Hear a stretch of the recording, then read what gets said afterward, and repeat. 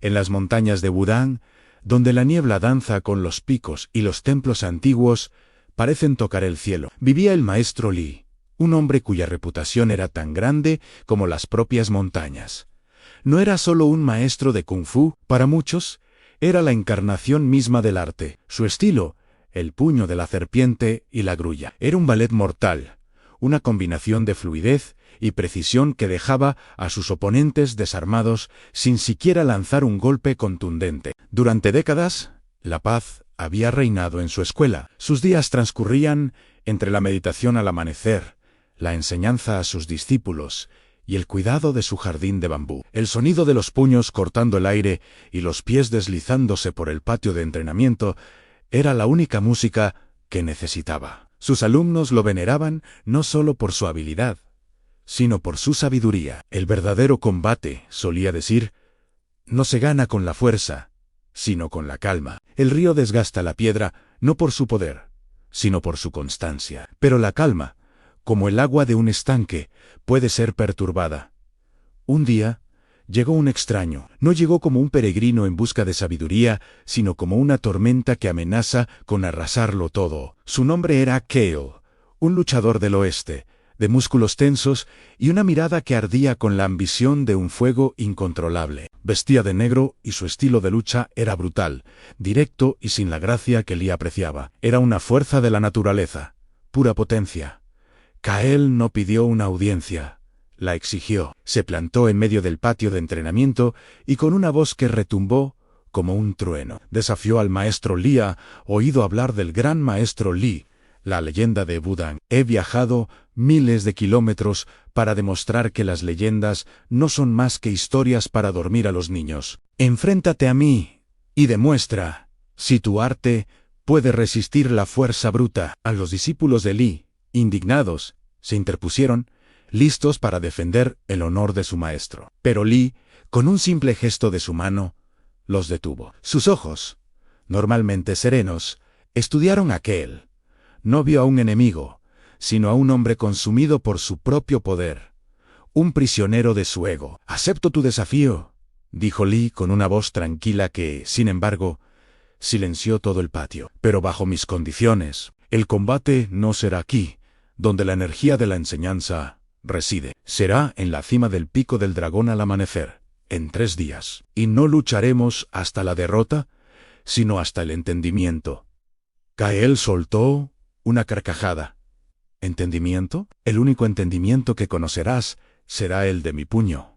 Como quieras, viejo. En 3 días, tu leyenda se hará cenizas. Y con eso, se marchó, dejando tras de sí una tensión que se podía cortar con un cuchillo. Los siguientes 2 días, el maestro Lee no entrenó como sus alumnos esperaban, no practicó sus formas más letales, ni endureció sus puños contra los postes de madera. En cambio, pasó su tiempo en su jardín de bambú. Se sentó durante horas, simplemente observando cómo las delgadas cañas se mecían con el viento. Las tocaba, sentía su flexibilidad, su capacidad para doblarse casi hasta el suelo bajo una fuerte ráfaga, solo para volver a erguirse, intactas, cuando el viento amainaba. Meditó junto al arroyo, escuchando el murmullo constante del agua fluyendo alrededor de las rocas. Sus discípulos estaban preocupados. «Maestro, ¿por qué no se prepara? Kael es una bestia. Su fuerza es inhumana». Anli les sonrió. «La preparación más importante no es la del cuerpo, sino la de la mente. Un roble fuerte y rígido se quiebra en la tormenta. El bambú, flexible, sobrevive. Kael es el roble. Yo debo ser el bambú». Al tercer día, antes de que el primer rayo de sol tocara el horizonte, Lee comenzó su ascenso al pico del dragón. No llevaba armas, solo su túnica de lino y la calma que había cultivado durante toda una vida. Kael ya estaba allí, impaciente, golpeando el aire con combinaciones feroces, su aliento formando nubes de vaho en el aire frío de la montaña. Cuando el sol tiñó de oro las nubes, Kael se lanzó al ataque. Fue como presenciar la furia de un volcán. Sus puños y patadas eran proyectiles, cada golpe cargado con la intención de romper y destruir. Pero golpear a Lee era como intentar golpear el viento. El maestro no bloqueaba los ataques de Kael con fuerza, no se oponía a su poder.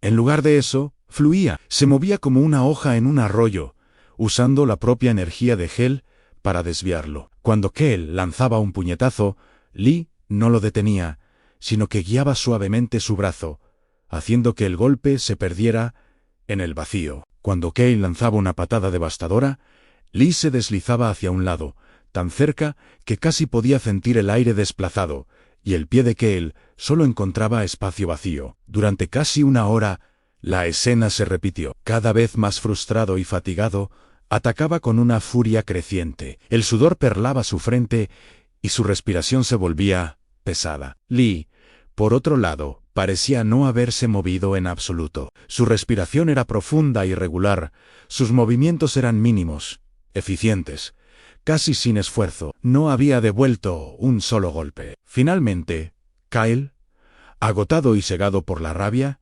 reunió todas sus fuerzas restantes en un último y desesperado ataque. Lanzó un grito gutural y se abalanzó sobre Lee, un torbellino de puños y pies. Fue entonces cuando el maestro Lee actuó. En el momento justo, cuando Kale estaba completamente extendido y desequilibrado, Lee no esquivó. Dio un paso hacia adelante, adentrándose en el corazón de la tormenta, con un movimiento tan rápido que fue casi invisible. Usó la punta de sus dedos para tocar 3 puntos de presión en el torso y el brazo de Kale. No fue un golpe, fue un toque, tan ligero como la caricia de una pluma. El efecto fue inmediato. Toda la fuerza de Kale se disipó como el humo, sus músculos, antes tensos como el acero, se relajaron de repente. Cayó de rodillas, no por el dolor sino por la pura sorpresa y el agotamiento. El poder que lo había definido, que era el núcleo de su ser, lo había abandonado. Se quedó allí, jadeando, mirando sus manos vacías como si no las reconociera. El maestro Lee se paró frente a él, su sombra alargada por el sol naciente. No había triunfalismo en su rostro, solo compasión. Tu fuerza es inmensa, dijo Lee suavemente, pero la usas como una jaula. Te encierra, te consume. Crees que el poder es la capacidad de destruir, pero el verdadero poder es la capacidad de controlar, de redirigir. No has luchado contra mí, has luchado contra ti mismo y te has agotado. Que él levantó la vista. Sus ojos ya no ardían con ambición, sino que estaban llenos de confusión y una incipiente humildad. Por primera vez, no vio a un viejo maestro, sino a una montaña de sabiduría que no podía conquistar con la fuerza. ¿Qué has hecho?, susurró Kale.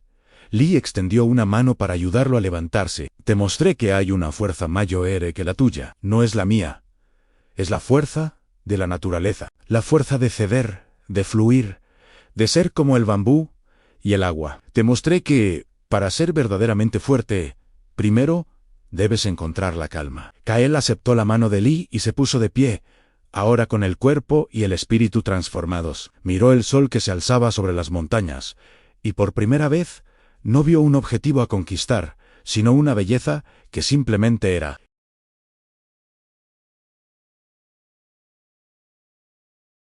Y el maestro Lee, el guardián de la antigua sabiduría, simplemente sonrió, sabiendo que la lección más importante no se había enseñado con los puños, sino con el corazón. Gracias por acompañarme en esta historia. Si te gustan este tipo de relatos llenos de sabiduría y acción, no olvides darle like, suscribirte y activar la campanita para no perderte ningún video. Nos vemos en la próxima aventura.